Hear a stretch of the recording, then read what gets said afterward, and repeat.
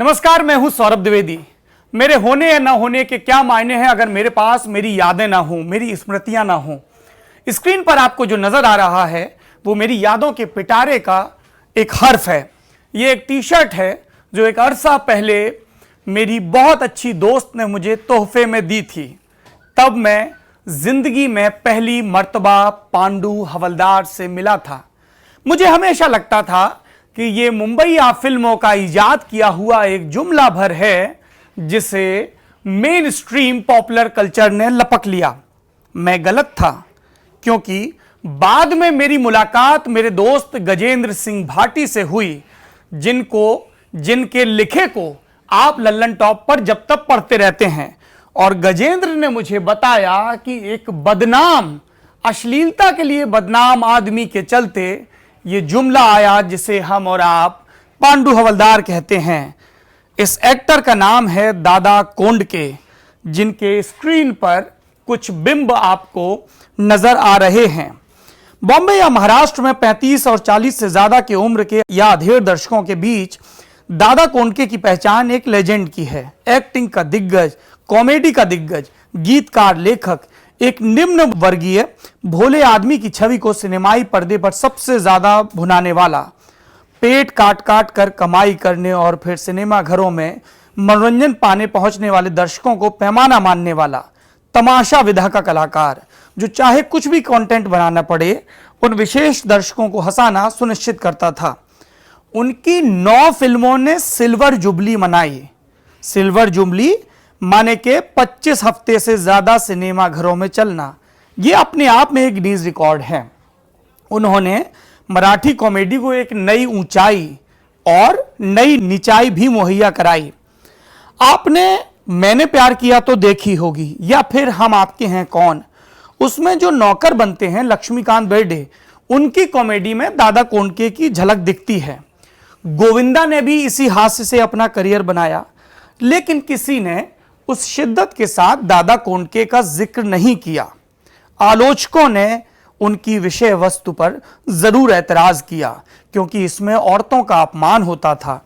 उन्हें उपभोग की वस्तु या फिर सांस्कृतिक सजावट की वस्तु के तौर पर रखा जाता था। वो पाश्चात्य कपड़े पहन नृत्य करती तो दर्शक हंसते। उनके सामने भोले मराठी मानुष बने कोंडके की छवि ऊंची हो जाती। पुरुष के तौर पर वो सम्मान का पात्र बन जाते। कई गैर जरूरी दृश्य होते जिसमें सेक्स होता, द्व्यर्थी बातें होती।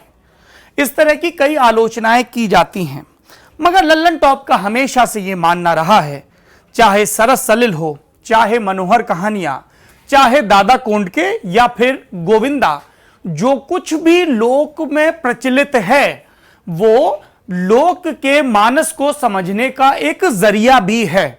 तो एक तरीका तो यह है कि अपने शिष्टतावाद का, अपने अभिजात्यवाद का प्रदर्शन करते हुए नाक भौं सिकोड़ इसे महज एक वाक्य में खारिज कर दिया जाए, या फिर एक दूसरा तरीका है कि इसकी गहरी गवेषणा की जाए, ताकि यह समझ में तो आए कि दादा कोंडके मार्का जो कॉमेडी है, जिसका सबसे लेटेस्ट फॉर्म हमें क्या कूल है हम में दिखता है, वो कैसे जगह बना पाए।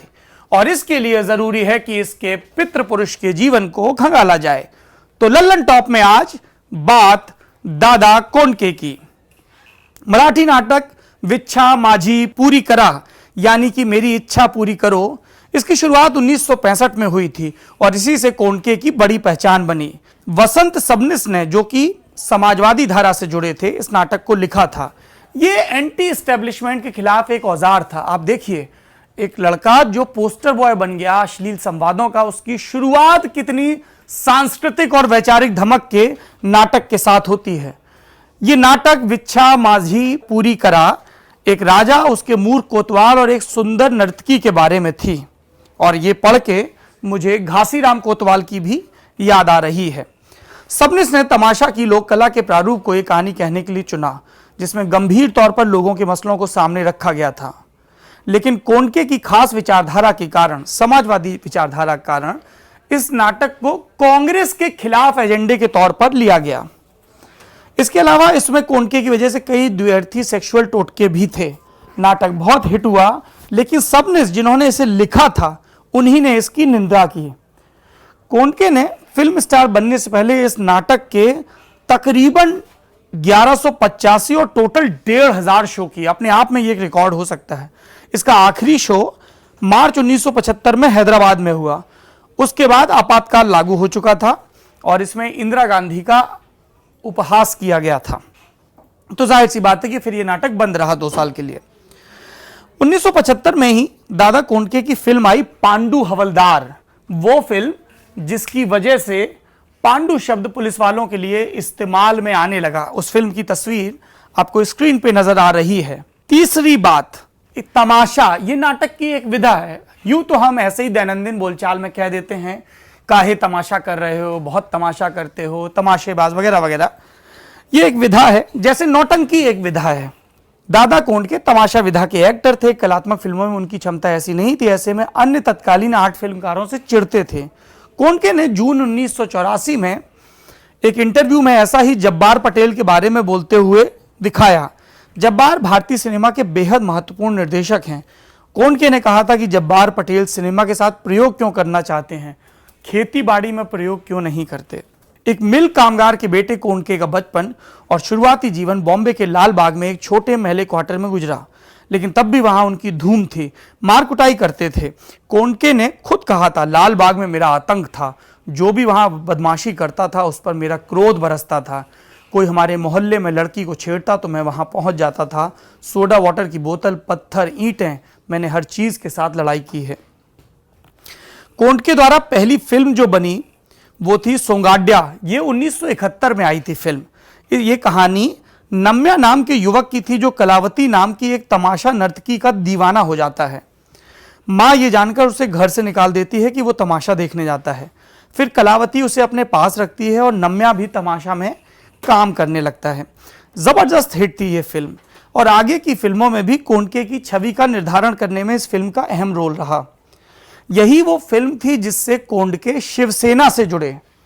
वो ऐसे कि सोंगाड्या को बॉम्बे के दादर स्थित कोहिनूर थिएटर ने लगाने से मना कर दिया, जबकि कोंडके ने 4 हफ्ते पहले बुकिंग करवा ली थी।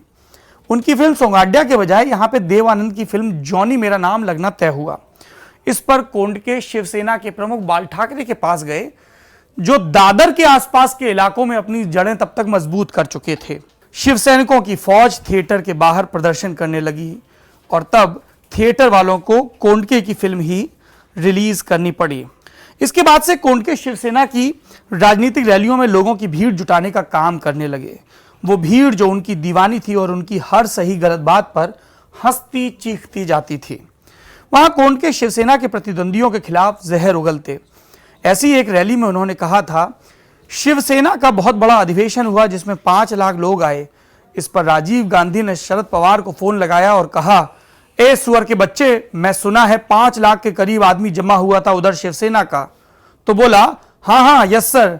तो राजीव ने कहा गाली देते हुए, तू काय को बैठेला है उधर, अपना भी ऐसा ही अधिवेशन करो, नहीं तो मैं तुमको 2 मिनट में कुर्सी से निकाल दूंगा। एक मौके पर कोंडके ये भी बोल गए कि शरद पवार के पास राजीव गांधी के बूट पॉलिश करने के अलावा कोई काम नहीं है। इन रैलियों में कोंडके शिवाजी की छवि का इस्तेमाल करते थे, मुगलों पर अपमानजनक टिप्पणी करते थे जिसका एक सिरा मुस्लिमों से जुड़ा होता था। वे बाल ठाकरे का चारण गान करते थे, उन्हें वीर शिवाजी जैसा बताते थे। फिर 1986 में आई उनकी हिंदी फिल्म जिसने हिंदी का एक और जुमला बना दिया, अंधेरी रात में दिया तेरे हाथ में। ये कहानी थी गुल्लू नाम के भोले मराठी ग्रामीण की, जो धारियों वाला कच्छा पहनता है, बाहर नाड़ा लटकता रहता है। बाद में राजा बाबू में शक्ति कपूर भी ऐसे ही रोल में नजर आते हैं। एक बंजारन है जो दर्शकों की सेक्सुअल फैंटेसी को गुदगुदाती है, फिर बाकी कमी अलग अलग स्थितियां और संवाद पूरी कर देते हैं। हीरोइन का ये रोल उषा चौहान ने किया था, जो कोंडके की ज्यादातर फिल्मों में हीरोइन होती थी। कोंडके की कॉमेडी में गैर मराठी मानुष वाली मानसिकता चारे का काम करती थी। कोंडके की कॉमेडी में दूसरे राज्यों के लोग बुरे पात्र होते थे। जैसे इसी फिल्म में विलेन उन्होंने ठाकुर नाम के एक बिहारी पात्र को बनाया। ये रोल महबूब ने निभाया था। इसका बिहारी एक्सेंट कहानी में बुरे तौर पर दिखता है। उसका नमस्कार और तनिक यूं सुनाया जाता है कि मराठियों को हंसी आए। इसी भाषा और छवि का मजाक उनके समर्थन वाली शिवसेना के बाल और राज ठाकरे उड़ाते रहे थे उस वक्त।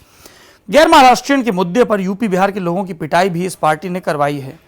कोंडके को शायद यह याद नहीं रहा कि उनके परिवार के लोग भी मुंबई के रहने वाले नहीं थे, बल्कि काम की तलाश में इस महानगर में आए थे और यहाँ कॉटन मिल में उनके पिता ने काम शुरू किया था।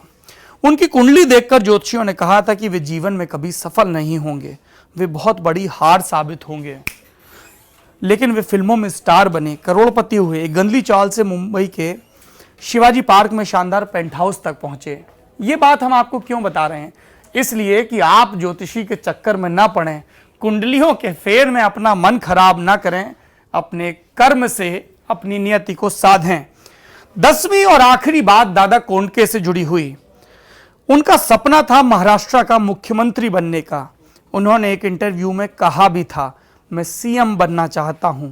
उन्हें लगता था कि बाल ठाकरे जरूर उन्हें ऐसा मौका देंगे, लेकिन बाल ठाकरे सिर्फ उनका इस्तेमाल भीड़ जुटाने और अपने मराठी बैंक में वृद्धि करने के लिए कर रहे थे, जिसमें भोले कोंडके बड़े काम के रहे। और सियासत की बात करूं तो वो विधायक भी नहीं बन पाए। कोंडके की हसरत गलत नहीं थी। ये एमजीआर का दौर था, ये एनटी रामाराव का दौर था। 80 के दशक में मुंबई से नीचे के दो बड़े सितारे, 1982 में पार्टी बनी, एनटीआर ने पार्टी बनाई टीडीपी, और एक बरस के भीतर काबिज हो गए। और एमजीआर, उनका तो ये जलवा था कि वो अमेरिका के अस्पताल में भर्ती थे और उनकी पार्टी ने उनके नाम पर चुनाव जीत लिया था 85 में। तो दादा कोंडके की हसरत का क्या गिला। लेकिन बाल ठाकरे को भी पता था कि विदूषकों को मंच पर कितनी आवाज देकर रखनी है। दरअसल वो कार्टून बनाते थे और उन्हें कार्टूनों का इस्तेमाल करना खूब आता था। हमें भी आता है अपने हिस्से की कहानी सुनाना। एक और कहानी, एक और किरदार, एक और सच्चाई, समय का एक और टुकड़ा लेकर thelallanTop.com आपके बीच फिर हाजिर होगा। हमेशा की तरह आखिरी में वही अपील जिससे हमारी आपकी रोजी रोटी चलती है, आपकी नहीं चलती है। आपका ज्ञान श्रीवृद्धि होती है, आपका मनोरंजन होता है, आपकी जानकारी बढ़ती है, और उस जानकारी को हम बढ़ाते रहें, इसके लिए हमें ऊर्जा मिलती है आपके लाइक से, आपके संवाद से, आपके कमेंट से। फेसबुक पे जो दोस्त ये वीडियो देख रहे हैं, हमारे पेज को लाइक करें, औरों को भी इस प्रयोग के बारे में बताएं जिसका नाम है लल्लन टॉप।